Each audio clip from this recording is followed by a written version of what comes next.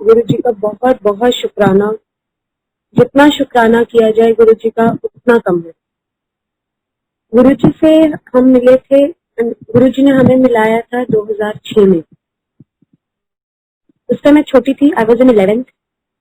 तो उस टाइम जैसे मम्मी पापा ने बोला कि कोई गुरु है उनके पास चलते हैं। उस टाइम थोड़ी फाइनेंशियल प्रॉब्लम भी थी और भी प्रॉब्लम थी, तो किसी ने हमको बताया, तो हम गुरु जी के वहां पर गए। मेरे पापा का भी ऑपरेशन हुआ था हार्ट का। तो जब फर्स्ट टाइम हम गुरु जी के पास गए तो मेरी मम्मी ने वहां पे मत्था टेका उनके पास एम्पायर स्टेट में। उस टाइम हार्डली 30 या 40 संगत होती थी इन 2006। जब मम्मी ने वहां पर, हमने सबने वहां पे मत्था टेका। गुरुजी मोस्टली लेग्स क्रॉस करके बैठते थे और उनकी आंखें नीचे होती थी। वो आंखों को टेढ़े करके देखते थे, मतलब तुम उनको देख नहीं सकते बिल्कुल भी। उनके चेहरे पे इतना नूर होता था, इतना नूर होता था, I can not describe in words. आप आंखें नहीं मिला सकते थे, आप गुरुजी की तरफ कंटिन्यूसली देख नहीं सकते थे आप। जब हम सबने मत्था टेका तो गुरुजी ने हमें कुछ नहीं बोला, लेकिन जब मेरी मम्मा ने मत्था टेका उनके पास तो गुरुजी ने उनको बहुत जोर से डांटा, बहुत जोर से डांटा कि चली जाए थ्रो, जैसे गुरुजी पंजाबी में बोलते थे। तो गुरुजी ने बहुत जोर से डांटा। तो मम्मी बाहर आ गई रोते रोते, बाहर वहां पे बैठ के लंगर करने लग गए। तो मेरे पापा का भी ऑपरेशन हुआ था and he was sweating a lot at that time. तो वहां पे पापा ने लंगर वगैरह किया, हम सब ने भी लंगर किया। तो मम्मी वहां पर रो रही थी, फर्स्ट टाइम आए हैं ऐसे, तो गुरुजी ने भी डांट दिया। तो एक आंटी आई वहां से, तो उन्होंने बोला कि आप रो क्यों रहे हैं। तो मम्मी ने बताया ऐसे से कि हमें किसी ने बताया था कि ऐसे आप गुरुजी के पास जाएं। तो हम आए आज फर्स्ट टाइम, लेकिन उन्होंने बहुत जोर से डांट दिया मेरे को। तो आंटी ने बताया उन्होंने आपको नहीं डांटा, जो आपके ऊपर बुरे कष्ट आए हुए थे गुरुजी ने उनको भगाया। हमें नहीं पता कि हमारे ऊपर कितने कष्ट आए हुए हैं, गुरुजी को पता हमारा पास्ट कैसा था, हमारा प्रेजेंट क्या है, हमारा फ्यूचर क्या होगा। आगे पता नहीं और क्या क्या प्रॉब्लम्स आनी थी मेरे फादर के साथ, मदर के साथ। तो गुरुजी ने उन कष्टों को दूर भगाया था। तब जाके मम्मी थोड़ा रिलैक्स फील हुई थी। और उसके बाद फिर जब आज्ञा लेने गई तो वो डर डर के जा रही थी कि कहीं गुरुजी दोबारा कुछ ना बोले। जब दोबारा आज्ञा लेने के लिए मम्मा गई वहां पर, मत्था टेका, तो गुरुजी ने बोला कि अगली बार आई फिर लोटा लेके आई। और लोटा उन्होंने इसलिए मंगवाया था ताकि मेरे पापा को जल देना था। और जब हम नेक्स्ट टाइम गए थे, लोटा उन्होंने जब गुरुजी ने अपने हाथ में पकड़ा और गुरुजी ने सिर्फ लोटे के अंदर देखा, आंखें खुली हुई थी गुरुजी की, गुरुजी ने नीचे मुंह करके लोटे की तरफ देखा और उसके बाद मम्मी को पकड़ा दिया और उसका प्रोसेस बताया कि हमेशा इसको आधे लोटे को तुमने उसमें जल भरना है रात को, और आधा पीना है और आधे पानी से नहाना है। ऐसा नहीं है कि प्रॉब्लम नहीं आई है उसके बाद मेरे पापा की लाइफ में, उसके बाद भी उनका स्टंट डला एक बारी और। लेकिन हो सकता है कोई बहुत बड़ी प्रॉब्लम थी जो गुरुजी ने बहुत छोटे में काट दी है उनकी। तो गुरुजी ये नहीं कहते गुरुजी कि अगर मैं यहाँ पर बैठा हूँ तो मैं तुम्हें अमर कर दूंगा, लेकिन हाँ तुम्हारे ऊपर जो कष्ट आए हुए हैं, जो गुरुजी कहते हैं 90% तो मैं अपने ऊपर ले लेता हूँ, तुम्हें खाली 10% काटने। 10% भी हम लोग ना काट पाए तो फिर क्या फायदा गुरुजी को मानने का। बहुत डेली रूटीन में हमारा खाने का, पहनने का, उठने का, सोने का, इतने सत्संग है गुरुजी के, इतने सत्संग है कि, लेकिन जब सुनाने लगो तो ऐसा लगता है कि क्या बोले हम गुरुजी के बारे में, गुरुजी की इतनी महिमा है। मेरा एक्सीडेंट हुआ था इन 2010 2011 2011 में मेरा एक्सीडेंट हुआ था। मैं अपने ब्रदर के साथ आ रही थी बाइक पे। तो मेरे हाथ में लैपटॉप बैग जैसे होता है वो था। तो पीछे से कोई दो बाइकर्स आए, मैंने उस टाइम सूट पहना हुआ था, तो मैंने ना सर पे चुन्नी ले ली थी ताकि बाल वाल उड़े ना। तो मेरे को ये इंसिडेंट बिल्कुल याद नहीं है, बिल्कुल आज तक मुझे याद नहीं है। मेरा ब्रदर ने मुझे ये सारी बातें बताई कि ऐसा हुआ था मेरे साथ, मेरे से छोटा है इनफैक्ट वो। तो दो बाइकर्स आए बाइक पे, उन्होंने मेरा बैग खींचने की कोशिश करी। उन्होंने बैग तो खींच लिया, बट हम उस टाइम बाइक पे थे तो मैं फ्लाईओवर उतर रहे थे जस्ट। तो बाइक के साथ साथ मैं भी पूरा रोटेट होके नीचे पूरा पुल में ऐसे रोल होके गई थी। एंड उस टाइम रात के 10 साढ़े 10 बज रहे थे यहीं पंजाबी बाग फ्लाईओवर पे, और रात को ट्रक वगैरह का टाइम था। बाय गुरुजी's ग्रेस शुक्र है कि एक तो कॉर्नर में मैं गिरी।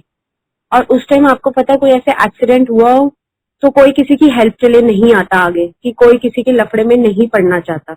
और वाकई में यही हुआ कि कोई भी नहीं आया आगे। मेरे ब्रदर ने जो दो बाइकर्स थे उसको पीछे से गले से पकड़ा, तो उनके ना नंबर प्लेट थी, उन्होंने हेलमेट पहने हुए थे, तो उन्होंने चाकू दिखाया तब तक मैं गिर चुकी थी, तो मेरे ब्रदर ने देखा तो उन्होंने उसको छोड़ दिया। और वहां पे उसने इतनी हेल्प मांगी, इतनी गाड़ी वाले को, बाइक वाले को, ट्रक वालों को रोकने की कोशिश करी, बट कोई नहीं रुका। आई डोंट नो, लास्ट में गुरुजी ने ही गुरुजी खुद आए, कोई टेम्पो वाला आया, उसने रोका और किसी ना किसी तरह मेरे को हॉस्पिटल लेके गए, हॉस्पिटल पहुंचाया अग्रसेन यहीं पर ही। तब तक सारे फैमिली वगैरह ऑब्वियसली सब आ गई थी। उसके बाद आई थिंक जब मेरा बहुत मेजर एक्सीडेंट हुआ था, मतलब फर्स्ट डॉक्टर ने जवाब ही दे दिया था कि हम नहीं बचा पाएंगे। मेरा पूरा फोरहेड बाहर आ गया था, पूरा का पूरा फोरहेड, और ऐसा कोई बॉडी का पार्ट नहीं था कि जहां पे मुझे ना लगी हो, बहुत स्टिचेस आए थे। तो उसके बाद आई थिंक जब मेरे को ओटी में ले गए, तो उसके 1 या 2 घंटे बाद, हम नहीं जानते, गुरुजी खुद आए थे मदद करने के लिए। जो हमें टेम्पो वाला छोड़ के गया था, उस टेम्पो वाले का मेरी मदर के सेल पे कॉल आता है कि मैं अभी आप किसी लड़की को छोड़ के गया था हॉस्पिटल, वो ठीक है अब। हम नहीं जानते उसके पास कहाँ से वो नंबर आया, वो हमको कैसे जानता था, क्या था, वो हमें आज तक नहीं पता चला उस बात का। कि उसने अचानक से 1-2 घंटे के बाद मेरी मम्मी के फोन पे फोन करके स्पेशली सिर्फ यही पूछने के लिए फोन किया। और मम्मी ने बताया, उस टाइम मम्मी भी इतना घबराई हुई थी, तो उन्होंने भी ध्यान नहीं दिया। जब सारी चीजें नॉर्मल होगी तो उनको ये बात याद आई कि टेम्पो वाले के पास मेरा नंबर कैसे आया। तो ये है गुरुजी की महिमा। गुरुजी किस रूप में आपके पास आ जाएंगे आपको नहीं पता चलेगा, वो गुरुजी ही थे और कोई नहीं थे। ऐसे ही रिसेंट बात है, लास्ट ईयर की, आई थिंक लोहड़ी का टाइम है। यहाँ पंजाबी बाग से बस चलती है गुरुजी की, पहले बिफोर कोरोना। तो वहां पर हम ऐसी संगत में बात कर रहे थे, लोहड़ी का टाइम था, तो हम मजाक कर रहे थे ऐसे आपस में एक दूसरे को कि आज तो लोहड़ी है, जैसे पंजाब में होता है, यहाँ पर तो खैर अब इतना नहीं होता कि हम गुरुजी से लोहड़ी मांगेंगे आज। तो वहां पे एक आंटी कहती है, मैं फंक्शंस में बहुत कम जाती हूँ, पहले जाते थे बिफोर मैरिज, क्योंकि मेरा बेटा है छोटा, तो फंक्शंस में बच्चों के साथ जाना बहुत मुश्किल हो जाता है। तो अब उस टाइम बाई चांस गुरुजी ने बुलाया, मंडे का दिन था, तो हम चले गए। तो वहां पे आंटी कहती हैं कि गुरुजी तो लोहड़ी ऐसी वहां पे मिल ही जाती है, वहां पे मूंगफली वगैरह खुले वहां पे मिल जाते हैं वहां पे आपको पैकेट में। मैंने कहा अच्छा, मैंने कहा लेकिन गुरुजी को लोहड़ी तो देनी चाहिए ना हमको, हम आए हैं मिलने। तो जब हमने वहां पे मंडे का दिन था, चाय प्रसाद दिया, समोसा प्रसाद दिया, हम बाहर आ रहे थे, जब जूते वगैरह चप्पल पहन ली हमने, जब बाहर एग्जिट हुए, तो जो लाइंस है, एक इनकी है जो मंदिर की तरफ जा रही है, एक आउट है एग्जिट वाली। तो मैं एग्जिट वाली लाइन में थी, मेरे पीछे एक और आंटी थी, मेरी फ्रेंड। तो पीछे से एक अंकल आते हैं और मुझे बुलाते हैं, मैं नहीं जानती वो कौन है। मेरे को लगा शायद बोल रहे हैं थोड़ा स्पेस देने के लिए कि साइड हो जाइए थोड़ा सा, जैसे उनको जाने के लिए जगह चाहिए। मुझे कहते हैं आंटी ये ले लो। मैंने अपना हाथ आगे किया, मैंने कहा और अंकल ने मेरे हाथ में गुरुजी की रिंग लाके रख दी। इतनी ब्यूटीफुल रिंग, जैसे वो गोल्डन कलर की होती है, इतनी ब्यूटीफुल रिंग, मैं आपको I can not describe it. बहुत सुंदर रिंग गुरुजी ने लाके रख दी। मैंने कहा अंकल ये क्या है, मतलब 2 मिनट तो आई वाज सो सरप्राइज्ड कि ये क्या हो गया, अचानक से समझ ही नहीं आया कि कोई एकदम से पीछे अंकल आए, उन्होंने पकड़ा दिया ऐसी संगत को। अंकल ने आगे से जवाब दिया जय गुरुजी। और मैं इतनी खुश हुई, इतनी खुश हुई कि देखो गुरुजी ने मेरे को लोहड़ी का गिफ्ट दे दिया। हम गुरुजी से लोहड़ी मांग रहे थे, हालांकि गुरुजी कहते हैं कि हमें मांगना नहीं चाहिए मनो, लेकिन उस टाइम मजाक चल रहा था और गुरुजी ने मजाक को भी देखो सच में प्रूव किया कि देखो गुरुजी लोहड़ी का गिफ्ट चाहिए था और ये लोहड़ी का गिफ्ट। जय गुरुजी, गुरुजी का बहुत बहुत शुक्राना। ऐसे ही यहाँ पे मेरे इन लॉज इतना मानते नहीं है गुरुजी का, तो मैंने मतलब मेरे को मना भी नहीं करते हैं जाने के लिए, बट खुद भी इतना नहीं मानते हैं, मैं भी फोर्स नहीं करती। ठीक है, जब गुरुजी ने उनको जोड़ना होगा वो अपने आप जोड़ लेंगे। तो मैं काफी बोलती थी गुरुजी को कि मेरे को भी सत्संग करवाना है, घर पे सत्संग करवाना है। तो ऐसे मेरी फ्रेंड को एक ड्रीम आया, उसका नेक्स्ट डे मेरे पास कॉल आया था। उसको ड्रीम आया, कह रही है मैं तेरे घर में थी और मुझे ड्रीम आया कि तेरे घर में रुद्र अभिषेक हो रहा है। और कह रहे इतना बड़ा सत्संग हो रहा था, इतना बड़ा रुद्र अभिषेक हो रहा था, मतलब 60-70 बंदा था तुम्हारे घर में, और वहां पे प्रॉपर इतना बड़ा शिवलिंग रखा हुआ था, पंडित आए हुए थे, तुम सब पूजा में बैठे हुए थे, तेरे mother in law, father in law, तुम, तेरे हस्बैंड, सब बैठे हुए थे। और इतनी ब्लेसिंग्स थी। और कह रहे हैं जो रुद्र अभिषेक के टाइम पर पूरा वो ओम नमः शिवाय का जो पूरा चलता है ना, कह रही मेरे अभी भी पूरा कानों में गूंज रहा है, मेरे पूरी रात ड्रीम में वही आया। एंड आई सेड जय गुरुजी, बहुत बहुत शुक्राना। मैं गुरुजी को बोलती थी कि गुरुजी मेरे घर में सत्संग नहीं हो रहा, सत्संग नहीं हो रहा, तो गुरुजी ने प्रूफ दिया कि कोई बात नहीं, शायद अभी सही टाइम नहीं आया। उसके बाद फिर जब मैंने ऐसे अपने फादर इन लॉ से पूछा सत्संग करवाने का, तो उन्होंने कुछ भी मुझे नहीं बोला। उन्होंने कहा आप करवा लो सत्संग। और जिस दिन सत्संग करवाया, फर्स्ट सत्संग था उस दिन हमारे घर में इधर, उस टाइम जैसी गुरुजी की गद्दी लगाई, साक्षात गणेश जी के दर्शन हो रहे थे, साक्षात। और वो दर्शन नेक्स्ट डे तक थे गद्दी पे। इतने ब्यूटीफुल दर्शन, मतलब क्लियर नजर आ रहा था कि वहां पे गणेश जी विराजमान हुए हैं। इतना सुंदर सत्संग हुआ था वो। गुरु जी का जितना शुक्राना किया जाए उतना कम है। बहुत बहुत शुक्राना गुरु जी का। ऐसे ही एक और छोटा सा सत्संग है। मेरी एक फ्रेंड है, उसके बैक में बहुत पेन थी, एक्सट्रीम पेन। इतनी पेन थी शायद 2 दिन से कि जिसको आप वर्ड्स में नहीं बता सकते। सारी डॉक्टर्स देख लिए, सारी चीजें देख ली, सब फिजियोथेरेपी, वो खुद शी इज अ फिजियोथेरेपिस्ट होनी, सारी चीजें ट्राई कर ली। फिजियोथेरेपिस्ट की मशीन ट्राई करके देख ली, हॉट एंड कोल्ड पेन लेके देख लिया, सब कुछ करके देख लिया, उसको नहीं आराम आया। जब वो नेक्स्ट डे वो सोने लगी ना, 4 बज गए, मतलब उसको नींद नहीं आ रही थी दर्द के मारे। एट लास्ट उसने, गुरुजी कहते हैं ना कि अगर जो तुम मेरे मंदिर नहीं आ सकते हो तो तुम मेरी फोटो के आगे बैठ के बात करो, मैं बात करता हूँ। लिटरली गुरुजी बात करते हैं। अगर तुम गुरुजी को एक बच्चे की तरह जिद करोगे ना कि गुरुजी मुझे तो ये चाहिए चाहिए, मुझे नहीं पता, आप कैसे मर्जी करो, जब तक आप टोटल सरेंडर नहीं करोगे ना, तब तक गुरुजी कहेंगे जब तुमने ही सारा काम करना है तो फिर मैं किस लिए हूँ यहाँ पर। और हम वी आर नॉट परफेक्ट, हम भी नहीं करते हैं टोटल सरेंडर। कभी ना कभी अपनी ईगो में आके, अपने एटीट्यूड में आके हम वो सब चीजें भूल जाते हैं, और जब सब गलती कर बैठते हैं तब याद आता है कि हमें तो गुरुजी पर छोड़ना चाहिए था। और वही हुआ। जब पहले मेरी जो फ्रेंड थी वो रोती रही रोती रही रोती रही, जब हद हो गई तब उसने गुरुजी के आगे, फोटो के आगे इतना रोई कि गुरुजी अब बर्दाश्त नहीं हो रही दर्द, अब बर्दाश्त नहीं हो रही। तब गुरुजी ने उसके ड्रीम में आया, उसको नींद पड़ी, और इतना बड़ा व्हाइट स्नेक आया उसके ड्रीम में, इतना बड़ा व्हाइट स्नेक आया कि वो वहां पे चिल्लाने लग गई घर पे। ड्रीम में शी वाज शाउटिंग, कि अपने बच्चों को बोल रही थी कि वहां से हट जाओ, वहां पे बहुत बड़ा सांप है। जब तक वो बच्चों को बोल रही थी तब तक वो सांप बच्चों के सामने आ गया। तब भी उसने बोला, बच्चे डरे नहीं। उसकी मदर ने बोला कि आप सांप के ऊपर से आ जाओ, और वो वहां से ऊपर से आई। किसी तरह वो अपने बच्चों को और खुद उस घर से भागे हो।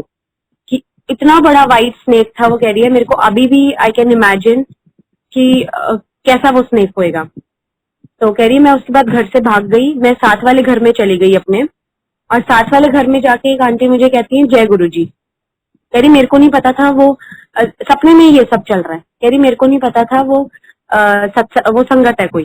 तो कह रहे वहां हम अंदर चले गए, मैं भूल ही गई वहां पे आंटी को बताना कि आंटी मेरे घर में सांप है, इसलिए मैं आपके घर में आई हूँ। तो वो वहां पे अंदर बैठे बैठे गुरुजी का सत्संग आपस में सारे सुनाने लग गए। इतनी देर में वहां से कोई अंकल आते हैं भागते हुए। तो वो आंटी को बोलते हैं, जिनका घर था, वो बोलते हैं कि आंटी आपके घर में जो सांप था ना वो चला गया उधर को दूसरी साइड, अब आप अपने घर में चले जाओ। वो अपने घर में चली गई। इतनी देर में उसकी नींद खुल गई, सुबह का टाइम था, इतनी देर में उसकी नींद खुल गई। और आप मानेंगे नहीं संगत जी, जब वो उठी है ना, जो वो दर्द में रो रही थी, उसका पेन बिल्कुल वैनिश हो गया, बिल्कुल खत्म हो गया। मतलब हल्की सी भी, कहते हैं ना, एक पॉइंट भी उसको दर्द नहीं। हमें नहीं पता इस सपने का क्या मतलब था, कि उसके सांप का आने का क्या मतलब था, उसका दर्द से क्या कंसर्न था। ये तो गुरुजी जानी जाना, वही जाने क्या मतलब था, और हम उसमें घुसना भी नहीं चाहते, क्योंकि गुरुजी ने बोला अपने इफ एंड बट जुतियों के साथ बाहर छोड़ के आया करो। लेकिन उसका दर्द बिल्कुल खत्म हो गया। नहीं तो आप खुद सोचिए, जो 2 दिन से दर्द में इतना तड़प रही थी कि कोई मेडिसिन, कोई फिजियोथेरेपी, कोई कोई तरकीब, जो घर के नुस्खे होते हैं, कुछ भी काम नहीं आया। वो गुरुजी के फोटो के आगे बोलने से कैसे काम आ गया। तो गुरुजी सुनते हैं। जो भी, कोई भी, किसी भी तुम प्रॉब्लम में हो, सिर्फ गुरुजी का मंत्र जाप करो। जैसे कहते हैं कि तुम दान एक हाथ से करो, दूसरे को पता भी ना चले। 24 घंटे तुम्हारे मन में ओम नमः शिवाय का जाप चलते रहना चाहिए। बट हम इंसान है, इस दुनिया में रह के शायद ये चीजें काफी लोग करते भी होंगे, बट इम्पॉसिबल है, इम्पॉसिबल है ये। But impossible itself says I am possible. तो गुरुजी का सिर्फ मंत्र जाप कीजिए, और जितना शुक्राना कर सकते हैं उतना शुक्राना कीजिए। गुरुजी ने अगर कोई प्रॉब्लम भी दी है ना, तो आप उसका भी शुक्राना कीजिए। मेरे साथ भी बहुत प्रॉब्लम्स आई थी आफ्टर मैरिज, बहुत प्रॉब्लम्स। मैं नहीं कहती सिर्फ मेरे साथ आई थी, सबके साथ आती है। बट उस टाइम भी गुरुजी, जो टेलीपैथिकली आती है वॉइस अंदर से, गुरुजी कहते थे तो चिंता मत कर, मैं तेरे साथ हूं। हमेशा सिर्फ एक ही आवाज आती थी कि 90% कर्म, 90% कष्ट मैंने अपने ऊपर लिए हैं, तेरे को सिर्फ 10% दिए, सब ठीक हो जाएगा। सिर्फ एक ही लाइन थी। और आज टचवुड सब ठीक है, सब कुछ ठीक है। शायद हमारे कर्म ही ऐसे हैं जो गुरुजी कहते हैं इसी जन्म में खत्म करके जाने, अगले जन्म तक कैरी फॉरवर्ड नहीं करने उसको। तो गुरुजी का जितना शुक्राना किया जाए उतना कम है। अनंतम शुक्राना गुरुजी का। बहुत सत्संग है गुरुजी के, नेक्स्ट टाइम मौका मिला तो जरूर करेंगे। बहुत बहुत शुक्राना गुरुजी, बहुत बहुत शुक्राना अंकल का भी।